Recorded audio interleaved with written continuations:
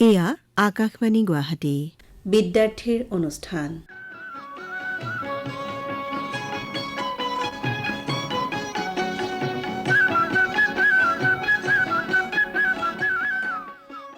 মৰমৰ ছাত্ৰ ছাত্ৰীসকল, তোমালোক আটাইকে প্ৰীতি আৰু শুভেচ্ছা জনাই আজিৰ অনুষ্ঠান মুকলি কৰিছোঁ।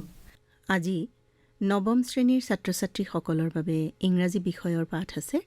ছাত্ৰ ছাত্ৰীসকল, তোমালোকৰ পাঠ্যপুথিৰ মাই চাইল্ডহুড এই পাঠটি আজি আলোচনা কৰিবলৈ লোৱা হৈছে। তোমালোকৰ বাবে পাঠ যুগুতাই আগবঢ়াইছে তাৰিণী চৌধুৰী চৰকাৰী উচ্চতৰ মাধ্যমিক বহুমুখী বালিকা বিদ্যালয়ৰ শিক্ষয়িত্ৰী শুভলক্ষ্মী বৰুৱাই। আজি শুনা এই পাঠৰ প্ৰথম খণ্ড।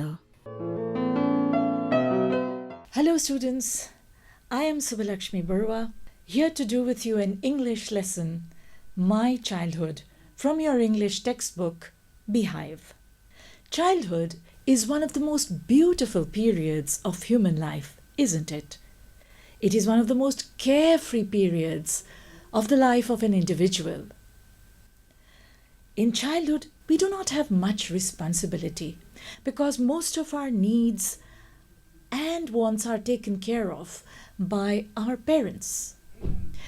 But it is also one of the most important phases of our life because the seeds planted in childhood shape our character and values.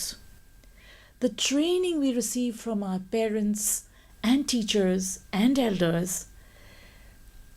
our upbringing, all determine how our character and value systems are shaped. And according to our value systems, we choose our heroes who in turn shape our human standards. When we choose our heroes with care because we have received high value systems, then our behavior standards and character also becomes like our heroes, and our own standards are raised, and that reflects on society. When we choose heroes without strong value systems, who are frivolous and sometimes even characterless, we have a society which is poverty-stricken, not just in terms of economic standards, but more importantly, in terms of poverty of character, poverty of human values, and poverty of the mind, and spiritual poverty.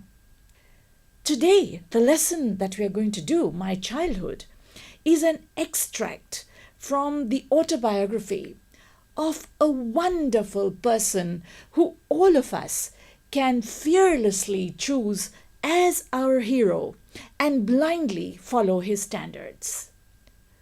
The name of this autobiography is Wings of Fire, and the extract, My Childhood, from that autobiography is an extract of the childhood of President APJ Abdul Kalam, who was our 11th president. President Abdul Kalam not only took our space, defense, and nuclear technology into the 21st century, not only did he have high standards of intellectual and scientific achievement, but more importantly, the standards he set as a human being, the human values that he revered, all this actually was shaped by his childhood, in which he received training from his parents and his teachers. This lesson, of which the first part we will do now and the second part will be done another day.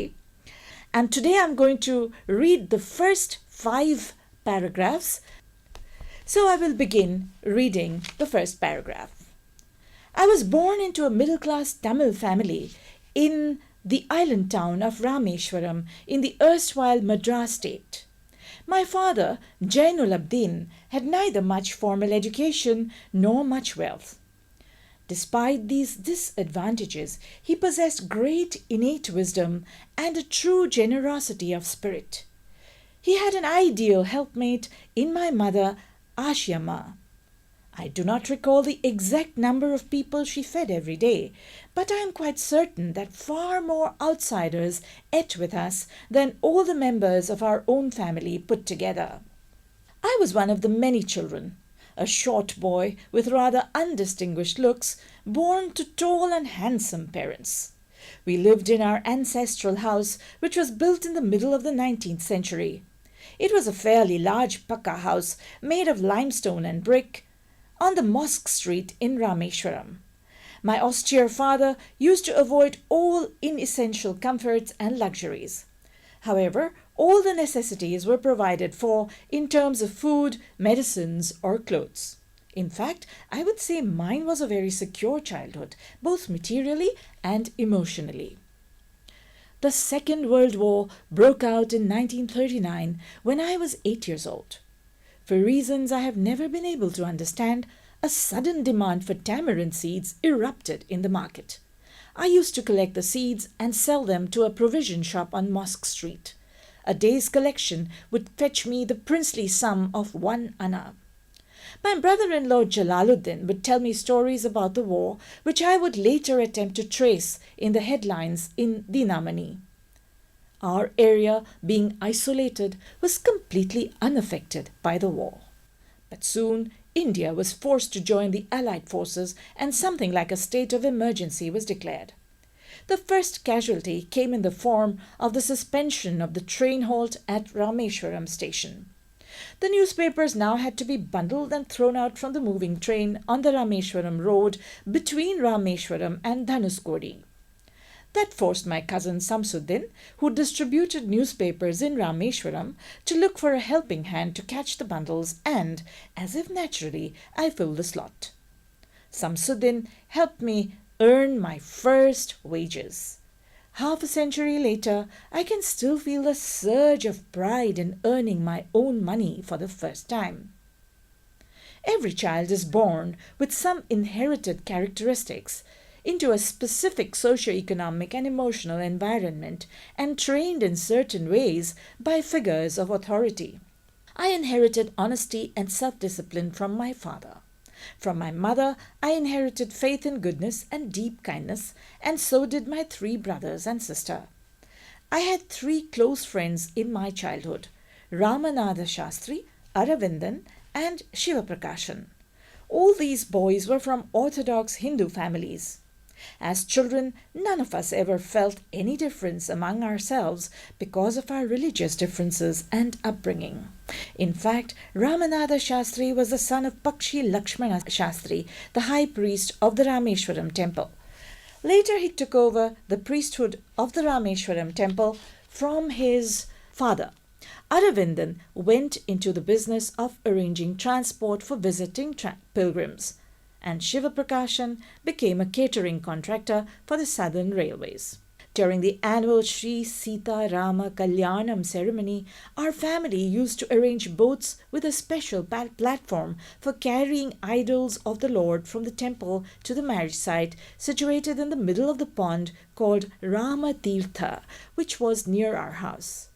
Events from the Ramayana and from the life of the Prophet were the bedtime stories my mother and grandmother would tell the children in our family. So this is the 5th paragraph, and the 5th paragraph ends in page 70. I am going to rush through the discussion. Now, for convenience, I am going to rearrange the information that we have read in these 5 paragraphs into 4 different heads. The first is from the geographical perspective. গতিকে মই এতিয়া ছাত্ৰ ছাত্ৰীসকলৰ বাবে অসমীয়াতে অকমান এই যিখিনি পঢ়িলো 5টা দফা সেইটো আলোচনা কৰিম। আৰু প্ৰথমতে এই যিখিনি তথ্য আমি পালো আব্দুল কালামৰ শৈশৱকালৰ, সেইটো আমি অকমান বেলেগ ধৰণে সজাই দিম তোমালোকৰ সুবিধাৰ্থে, যাতে প্ৰশ্ন উত্তৰ কৰাত তোমালোকৰ একো অসুবিধা নহয়। প্ৰথমতে ভৌগোলিক দিশৰ পৰা আমি চাওঁ আহা। আমি এতিয়া আব্দুল কালামৰ শৈশৱকালৰ বিষয়ে কিনো তথ্য পালোঁ। আমি এইটো গম পালোঁ যে আব্দুল কালামৰ জন্ম হৈছিল ৰামেশ্বৰম চহৰত, আৰু তোমালোকে জানিছা যে ৰামেশ্বৰম হৈছে এখন আইলেণ্ড অৰ্থাৎ দ্বীপ আৰু এইখন অৱস্থিত আছিল তেতিয়াৰ মাদ্ৰাজ প্ৰদেশত যিখন প্ৰদেশক আজিকালি আমি তামিলনাডু বুলি জানো তেওঁ জন্মগ্ৰহণ কৰিছিল তেওঁলোকৰ পৈতৃক বাসস্থানত যি অৱস্থিত আছিল ৰামেশ্বৰমৰ মস্ক ষ্ট্ৰীট নামৰ চুবুৰীটোত সেইটো দ্বিতীয় দফাত তোমালোকে পাবা আৰু এইটো এটা ডাঙৰ ঘৰ আছিল পকা ঘৰ আছিল লাইমষ্টোন আৰু ব্ৰিকেৰে গঠিত তাৰ মানে চূণ আৰু ইটাৰে নিৰ্মিত তাৰপিছত আমি প্ৰেছিডেণ্ট কালামৰ পৰিয়ালৰ বিষয়ে কিনো তথ্য পালোঁ সেইটো আলোচনা কৰোঁ আহা প্ৰেছিডেণ্ট কালাম এটা মধ্যবৰ্গীয় তামিল পৰিয়ালত জন্মগ্ৰহণ কৰিছিল পিতৃৰ নাম আছিল জৈনুল আব্দিন আৰু মাতৃ আছিল আশিয়াম্মা আৰু চতুৰ্থ দফাত তোমালোকে পাবা যে তেওঁৰ 3জন ভাতৃ আছিল আৰু এজন ভগ্নী আছিল তেওঁ কৈছে পিতৃৰ বিশেষ আনুষ্ঠানিক শিক্ষা নাছিল না বহুত সম্পত্তি আছিল তেওঁৰ কিন্তু জ্ঞান ইনেট উইজডম বহুত আছিল আৰু তেওঁৰ মনোবৃত্তি সঁচাকৈয়ে উদাৰ আছিল প্ৰকৃত অৰ্থত উদাৰ আছিল জেনাৰচিটি অফ স্পিৰিট আৰু তেওঁ এজন সৎ লোক আছিল অনেষ্ট আৰু সেলফ ডিসিপ্লিন হেতু 4 নম্বৰ দফাত পাবা আৰু সেই কাৰণে তেওঁ জানিছিল যে সৰল জীৱন যাপন কৰাটোৱে সকলো দিশৰ পৰা শুভ আৰু অদৰকাৰী বস্তুত তেওঁ টকা পইচা খৰচ নকৰিছিল কিন্তু তেওঁৰ পৰিয়ালৰ বাবে যিবোৰ খাদ্য দৰব জাতি পোছাক পাতি প্ৰয়োজনীয় যোগাৰ দিব লাগে সুন্দৰকৈ তেওঁ যোগান দিছিল আৰু প্ৰেছিডেণ্ট কালামে কৈছে যে তেওঁৰ মাতৃ আশিয়াম্মাও প্ৰকৃততে আদৰ্শ পত্নী আছিল তেওঁৰ মাক অতি উদাৰ আছিল আৰু তেওঁৰ বিশ্বাস কৰিছিল মানুহৰ সততাৰ ওপৰত আৰু তেওঁ এইটো বিশ্বাস কৰিছিল যে মানুহ মানে উদাৰতা থাকিব লাগে গুডনেছ থাকিব লাগে আৰু কাইণ্ডনেছ থাকিব লাগে যিটো মানুহৰ মাজত আছে আৰু প্ৰথম দফাটোত প্ৰেছিডেণ্ট কালামে লিখিছে যে তেওঁলোকৰ ঘৰত তেওঁলোকৰ পৰিয়ালৰ সদস্যতকৈ সদায় অতিথি বেছি থাকে যিসকলৰ অতিথি আপ্যায়ন সাদৰেৰে আশিয়াম্মাই কোনো আপত্তি নকৰাকৈ কৰিছিল তাৰপিছত 5 নম্বৰ দফাত য'ত কৈছে যেতিয়া সীতাৰাম কল্যাণম অনুষ্ঠিত হৈছিল ৰামেশ্বৰমত তাত তেওঁলোকে নাওবোৰ যোগান দিছিল সীতাৰামৰ প্ৰতিমা আছিল সেই প্ৰতিমাক ৰামতীৰ্থ নামৰ যিটো পণ্ড আছিল সেই পণ্ডৰ মাজলৈ লৈ যাবলৈ য'ত অনুষ্ঠানটো হৈছিল তাৰপিছত আমি তৃতীয় দফালৈ যাওঁ য'ত অকমান বেলেগ কথা কৈছে প্ৰেছিডেণ্ট কালামে দ্বিতীয় মহাযুদ্ধৰ কথা অলপমান উল্লেখ কৰিছে আৰু সেই সময়ত তেওঁৰ মাত্ৰ 8 বছৰ বয়স আছিল 8 বছৰ বয়সত তেওঁ প্ৰথমবাৰৰ বাবে অকমান টকা পইচা উপাৰ্জন কৰিছিল তেতিয়া তেতেলীৰ যিটো গুটি নাইকিয়া হৈ গৈছিল বজাৰৰ পৰা আৰু তেতেলীৰ গুটি তেওঁ সংগ্ৰহ কৰি সেইটো বিক্ৰী কৰি তেওঁ 1 অনা টকা উপাৰ্জন কৰিছিল তেতিয়াৰ দিনত 1 অনা সঁচাকৈয়ে বহুত বেছি পইচা বুলি গণ্য কৰা হৈছিল আৰু তাৰ পিছত তেওঁৰ কাজিন শামছুদ্দিন যি নিউজপেপাৰ ডিস্ট্ৰিবিউট কৰিছিল তেওঁক অকমান সহায় প্ৰয়োজন হৈছিল গতিকে তেওঁ আব্দুল কালামৰ সহায় লৈছিল আৰু প্ৰথমবাৰৰ বাবে তেওঁৰ সহায়ক হিচাপে কাম কৰি তেওঁ উপাৰ্জন কৰিছিল যিটো তেওঁ এতিয়াও মনত আছে গতিকে ইয়াতে আমি আজিৰ যিটো খণ্ড সমাপ্ত কৰিলো নৱম শ্ৰেণীৰ ছাত্ৰ-ছাত্ৰীসকল তোমালোকৰ ইংৰাজী পাঠ্যপুথিৰ পাঠ মাই চাইল্ডহুড আজি আলোচনা কৰা হ'ল তোমালোকৰ বাবে পাঠ যুগুতাই আগবঢ়ালে তাৰিণী চৌধুৰী চৰকাৰী উচ্চতৰ মাধ্যমিক বহুমুখী বালিকা বিদ্যালয়ৰ শিক্ষয়িত্ৰী শুভলক্ষ্মী বৰুৱাই আজিলৈ আমাৰ সময় হৈ আহিল তোমালোকক পুনৰ প্ৰীতি আৰু শুভেচ্ছা জনাই আজিৰ অনুষ্ঠান ইমানতে সামৰিছো